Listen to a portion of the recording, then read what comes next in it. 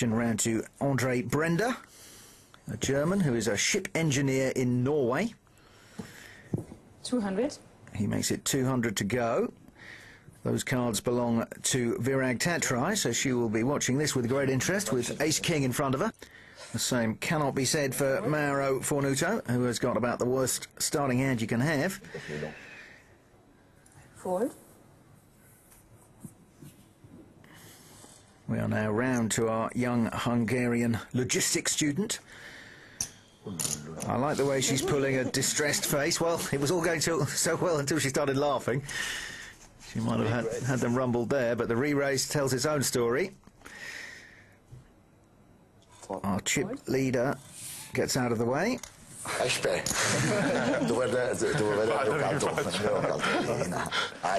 And an easy fold coming up for Arsène Lemaire. No point getting busy with a raise and a re-raise in front of you when your cards don't even add up to 8.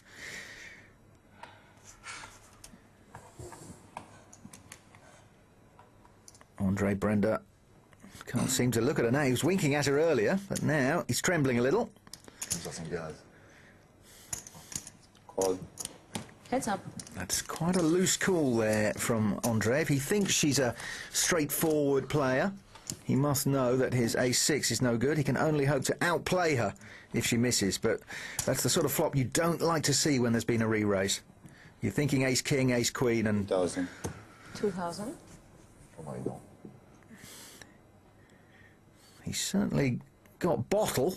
As you can see, he's a 99% underdog.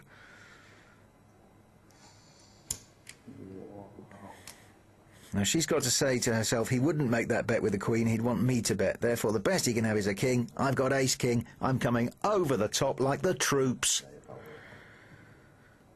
But he's made her put her thinking cap on. She's been playing poker for 3 years. She says, I'm the best, you've got no chance. She also says she likes to party. Well, you have been invited to dance here by Herr Brender.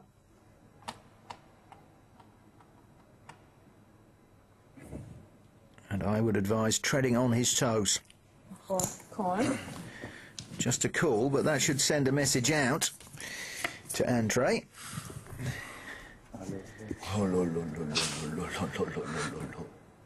If she called 2,000, albeit reluctantly, he's got to fancy she's going to call anything he puts in there. Can he pull the trigger a second time? 3,000. 3,000. It's another chunky bet. Maybe he was picking up on her reluctance. A 10 would now chop it. You have the queen? To see that, you have to call. Exactly. Well, if she thinks he has the queen, she shouldn't have called on the flop. Can she recognise that she is being bullied? If I fold, will you show it? Oh, that's weakness being shown there. Will you show it if I fold? No. Your cards? No. If you want to see, you have to call. You have to pay. We are not in Disneyland, huh? This is Magic Moment of poker. Plenty of advice from the rest of the table. Show me. I would like to see her shove it all in here. Let him be the one who's scared. But she's talking herself into a fold, you feel. Okay, fold. Oh, that is one hell of a laydown, and she is going to hate watching this. Andre Brender, the ship engineer. I'm afraid he sunk poor Virag there. He likes fishing. He's certainly got a nice juicy pot on the end of his hook there, and she is going to regret that for the rest of her poker life. Fold. Action is round to her again. How will she respond? Fold. Doesn't want to get involved this time. Martin Moreno from Argentina also gets out of the way. And Arsène Lemaire, I don't think I've seen him play a hand yet. Has he found something he can do more than look pretty with? Well, sadly not. Unless he fancies making a move here. Is it 100, 200 now? If he's going to come in, he really has to raise. Right. 600. And that is how you play 8-5. You know you're probably going to be behind both before and after the flop. So you want to clear people out. Oh dear. Let's see how our Italian plays the ace-king. Call. Call. Heads up. Just a call. Well, with only 2 players left in the pot, he might have re-raised there. Possibly suspicious of the fact that Arsène Lemaire has played hardly any hands. And look at that, all diamonds. A straight flush draw out there.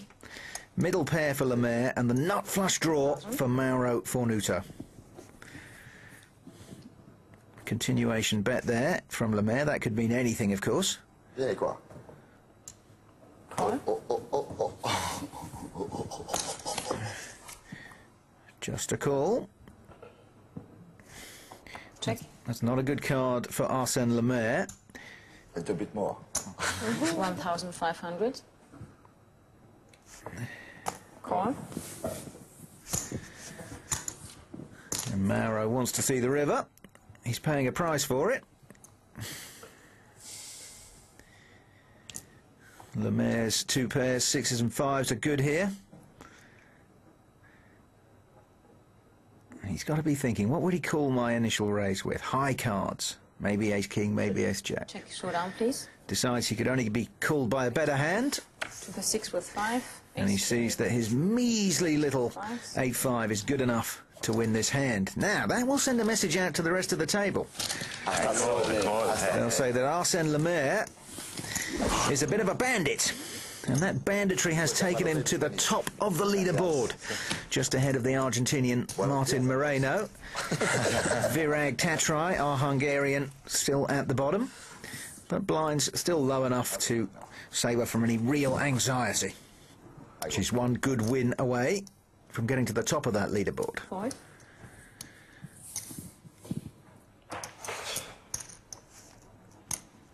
Andre Brenda, slow, considerate, but decides to get out of the road. And we're around to the unlucky Mauro Fornuto. Ace-king hasn't been good on the table so far. I was. And the first raise from Jorn Swinnen, 24 years old, from Villingen in Switzerland. 800. He is an MBA student with specialism in marketing, and he is trying to sell a story to the rest of the table here with Jack 10 suited. Good aggression. What does our Argentinian Senora Moreno think about it? He doesn't like it. Forward. And there we are. Once again, aggression pays off. The Swiss, of course, noted for their neutrality and peaceable nature, but not, it appears, on the poker table. Cards in the air once more. The noise of all those motorbikes probably still ringing in the ears of our 6 players. And a little bit of music from our entertaining Frenchman, Monsieur Lemaire. Forward. Will this turn out to be a dream for him, or will it be a nightmare? That is my last pun, I promise you.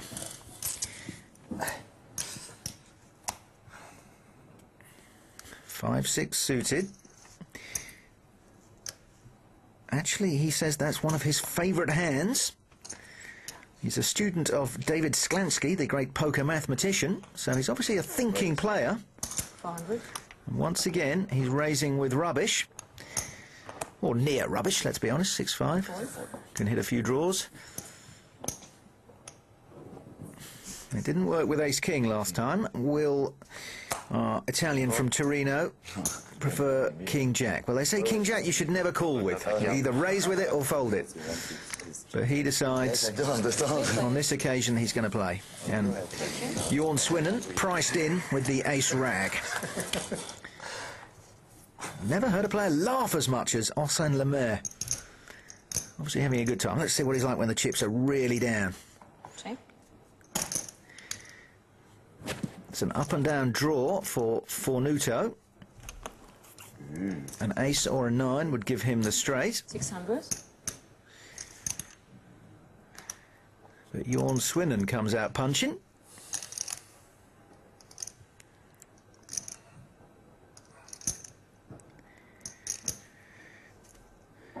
And I fancy our Parisian will raise the white flag. He does so.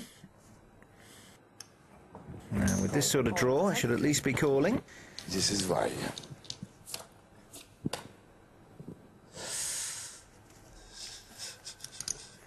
No joy there for Mauro Fornuto. That card is a blank. Jorn Swinnen should recognise that. And a hefty bet here, about 1900. Just enough to scare him away from any draws, to price him out of this pot. Maybe 2000. 1,200. Well, that means there's 3,600 in the middle. He's getting 3 or 4 to 1 to call. He's almost priced in. He decides to have an adventure. He knew his king and jack were good as well. He was certainly priced in. As it is, it hasn't worked out. Check.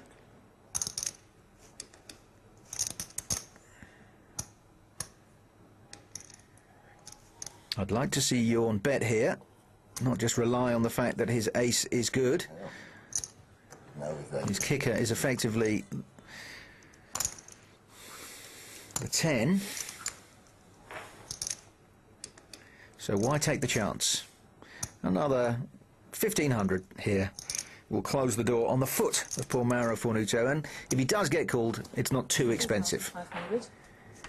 Puts in a bet. That does the trick. Good to see the young Swiss player keep his nerve. Something all our players had a chance to do on 2 wheels. The Circuito de Jerez is a legend amongst the great racetracks in the world. Formula One icons like Ayrton Senna, Michael Schumacher and Mika Hakkinen all celebrated important victories here. Today, the best motorbike riders in the world compete in Jerez. And in the thick of it all, 6 completely normal but very happy poker players.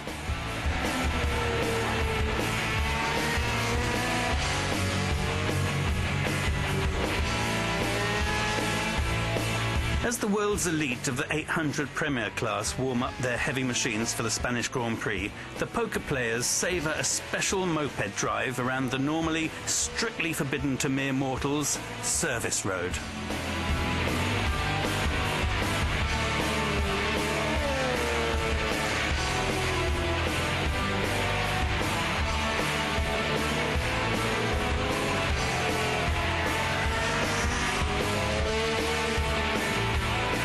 With its 9 right-hand and 5 left-hand curves, the course at Jerez is one of the most challenging on the MotoGP circuit. Each of the curves is a huge challenge for the expert riders, as well as the exclusive poker posse, who are allowed to get closer than most other fans.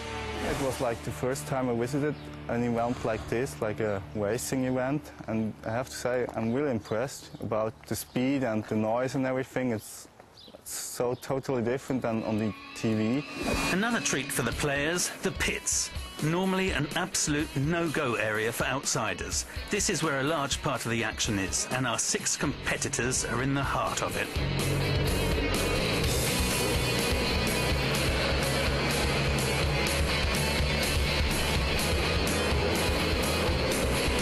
Lots of world-class bikers, super-fast racing machines and glowing hot tyres. If they wanted to, the 6 poker players could almost reach out and squeeze the adrenaline.